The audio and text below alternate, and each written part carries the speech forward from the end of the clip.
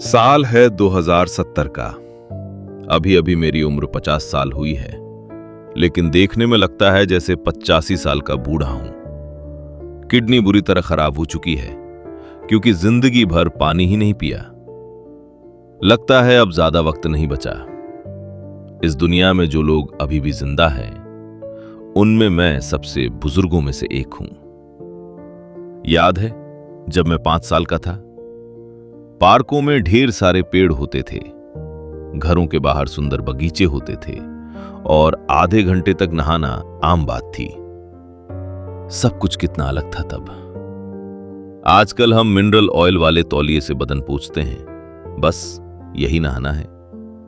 पहले औरतों के लंबे घने बाल होते थे, अब सिर मुड़वाना पड़ता है क्योंकि बिना पानी के बाल साफ करने का कोई तरीका नहीं। पापा पाइप से पानी बहाकर गाड़ी धोते थे। आज मेरा बेटा यकीन ही नहीं कर पाता कि कोई ऐसे पानी बर्बाद कर सकता था। पोस्टरों पर, रेडियो पर, टीवी पर हर जगह लिखा होता था, पानी बचाओ, पर किसी ने कान न धरा। हम सोचते थे पानी तो हमेशा रहेगा। अब सारी नदियां, झीलें, बांध और जमीन के नीचे का पानी सब या तो सूख गया है या इतना गंदा हो गया है कि पीने लायक नहीं। कारखाने बंद पड़े हैं, बेरोजगारी आसमान पर है। अब समुद्र के पानी को साफ करने वाले प्लांट ही रोजगार देते हैं और मजदूरों को तनख्वाह का कुछ हिस्सा पीने के पानी में मिलता है। सड़क पर पानी के डिब्बे के लिए बंदूक की नोक पर लूटपाट आम हो गई है। खाने का 80% हिस्सा नकली यानी सिंथेटिक है। पहले कहते थे बड़े आदमी को रोज 8 गिलास पानी पीना चाहिए, अब मुझे आधा गिलास ही मिलता है दिन भर के लिए। कपड़े डिस्पोजेबल हो गए हैं, पहनो और फेंको, इससे कचरे का ढेर और बढ़ गया है। सीवर सिस्टम ठप पड़ा है, अब सेप्टिक टैंक से काम चलाते हैं। लोगों की हालत देखी नहीं जाती, झुर्रियों से भरे सूखे पिच के जिस्म, पानी की कमी से हड्डियां निकली हुई हैं। ओजोन लेयर खत्म हो गई तो अल्ट्रावायलेट किरणें सीधे चमड़ी जला देती हैं। स्किन कैंसर, पेट के इन्फेक्शन, पेशाब की नली की बीमारियां, यही मौत की सबसे बड़ी वजहें हैं। जवान लड़के लड़कियां 20 साल की उम्र में 40 के लगते हैं। वैज्ञानिक जुटे हैं पर कोई हल नहीं। पानी बनाया नहीं जा सकता, पेड़ पौधे नहीं रहे तो ऑक्सीजन भी घटती जा रही है। नई पीढ़ी के बच्चों का दिमाग भी कमजोर पड़ता जा रहा है। अब इंसानों की प्रजनन की शक्ति पहले जैसे नहीं रही। अब जो बच्चे पैदा होते हैं उनमें कमियां होती हैं, विकृतियां होती हैं। सरकार सांस लेने की भी कीमत वसूलती है। हर बड़े आदमी से रोज 137 घन मीटर हवा का हिसाब।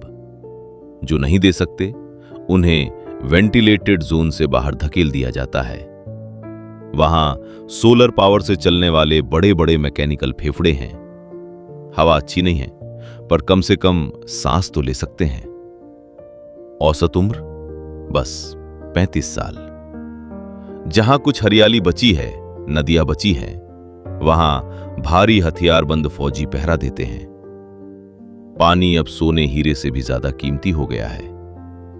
जहां मैं रहता हूं वहां एक पेड़ नहीं, बारिश कभी कभारी होती है और जब होती है तो तेजाब वाली। परमाणु परीक्षणों ने और पुराने जमाने की फैक्ट्रियों के जहर ने मौसम का चक्र बिगाड़ दिया है। हमें चेताया गया था पर किसी ने नहीं सुना। जब मेरा बेटा मुझसे बचपन की बातें पूछता है तो मैं उसे बताता हूं, हरे भरे मैदान, फूलों की खुशबू, बारिश की फुहार, नदी में तैरना, मछली पकड़ना, जितना मन करे उतना पानी पीना, और लोग कितने तंदुरुस्त होते थे। वो पूछता है, पापा पानी कहां गया? और मेरा गला रूंध जाता है। मैं खुद को माफ नहीं कर पाता क्योंकि मैं उस पीढ़ी का हिस्सा हूं जिसने या तो पर्यावरण को बर्बाद किया या फिर सब जानते हुए भी आंखें मूंद ली। अब हमारे बच्चे इसकी भारी कीमत चुका रहे हैं। मुझे सच में लगता है अब ज्यादा वक्त नहीं। कुदरत की बर्बादी अब उस मोड़ पर पहुंच गई है जहां से वापसी नहीं। काश मैं वापस जा पाता, काश लोगों को समझा पाता कि तब भी वक्त था, हम अपनी धरती को बचा सकते थे।